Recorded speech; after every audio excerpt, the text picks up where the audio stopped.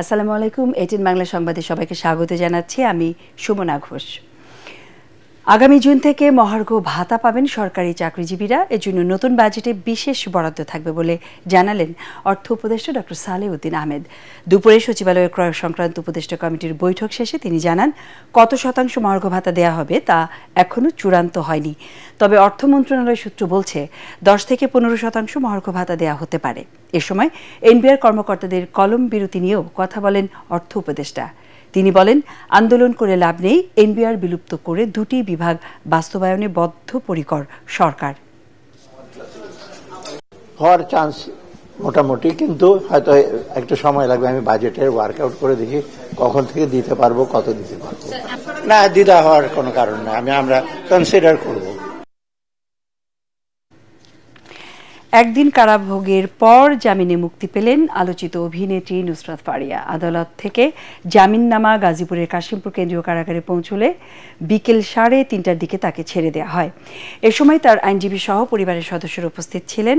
এর আগে সকালে ভাটারা থানার হত্যা চেষ্টা মামলায় জামিন পান নুসরাত ফারিয়া। জামিন আবেদনের শুনানি শেষে 5,000 টাকা মুচলেকায় তা মঞ্জুর করেন ঢাকার চিফ মেট্রোপলিটন ম্যাজিস্ট্রেট আদালতের বিচারক মুস্তাফিজুর রহমান।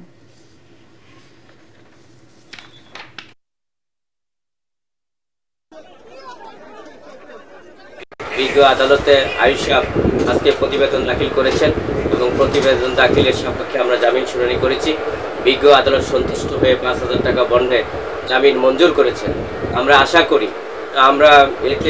আশা করেছি যে ন্যায় বিচার প্রতিষ্ঠিত হয়েছে এবং আইনের শাসন প্রতিষ্ঠিত হয়েছে। আওয়ামী লীগের দোসর আমলা ও প্রশাসনের 95 জনের তালিকা প্রকাশ করেছে জুলাই ঐক্য। এর মধ্যে 44 জন আমলা এবং 51 জন গুলি চালানোর নির্দেশদাতা ম্যাজিস্ট্রেটের নাম রয়েছে। সকালে জাতীয় প্রেস ক্লাবে আয়োজিত সংবাদ সম্মেলনে এই তালিকা প্রকাশ করা হয়। এ সময় জুলাই বিপ্লবে শহীদদের পরিবারের সদস্যরা অভিযোগ করেন, মামলা তুলে নিতে তাদের হুমকি দেয়া হচ্ছে। বিচারহীনতায় অন্তর্বর্তী সরকারের উপর অনাস্থা জানিয়ে তারা বলেন, এখনও বিভাজন তৈরির ষড়যন্ত্র চলছে।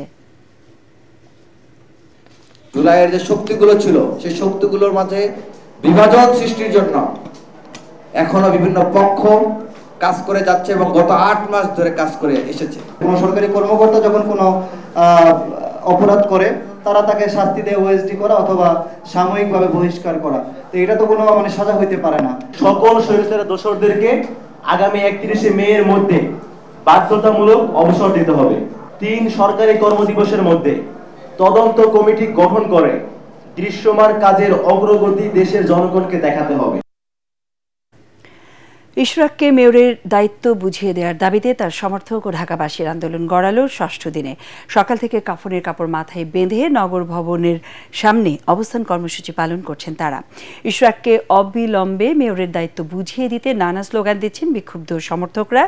এ সময় তারা দুর্নীতির দায়ে স্থানীয় সরকারের উপদেষ্টা আসিফ মাহমুদ সজীব ভূঁইয়ার পদত্যাগ দাবি করেন। অবিলম্বে ইশরাককে শপথ বাক্য পাঠ না করালে পুরো উপদেষ্টা পরিষদের পদত্যাগের দাবিতে বড় পরিসরে আন্দোলনের আলটিমেটাম দিয়েছেন বিক্ষোভকারীরা।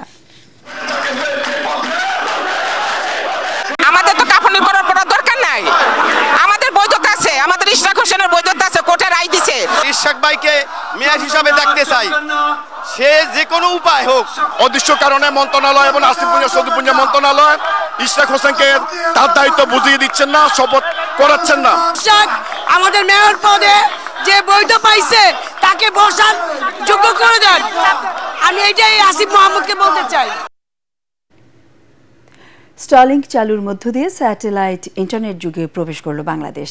রাজধানী ফরেন সার্ভিস একাডেমিতে সংবাদ সম্মেলনে প্রধান উপদেষ্টার বিশেষ সহকারী ফয়েজ আহমেদ তৈয়ব জানান, স্টারলিংকের প্রতিটি কানেকশনের জন্য বাংলাদেশ সরকার $1 করে পাবে।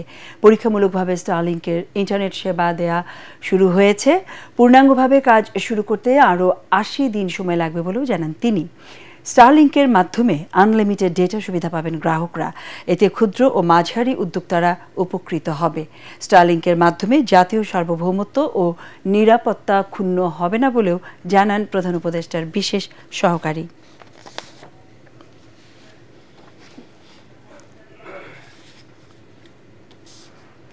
আমাদের পরের সংবাদ দেখার আমন্ত্রণ জানিয়ে এখনকার মতো শেষ করছি। এটিএন বাংলা সংবাদ ইউটিউবে দেখতে ব্রাউজ করুন youtube/ATN Bangla News। ধন্যবাদ।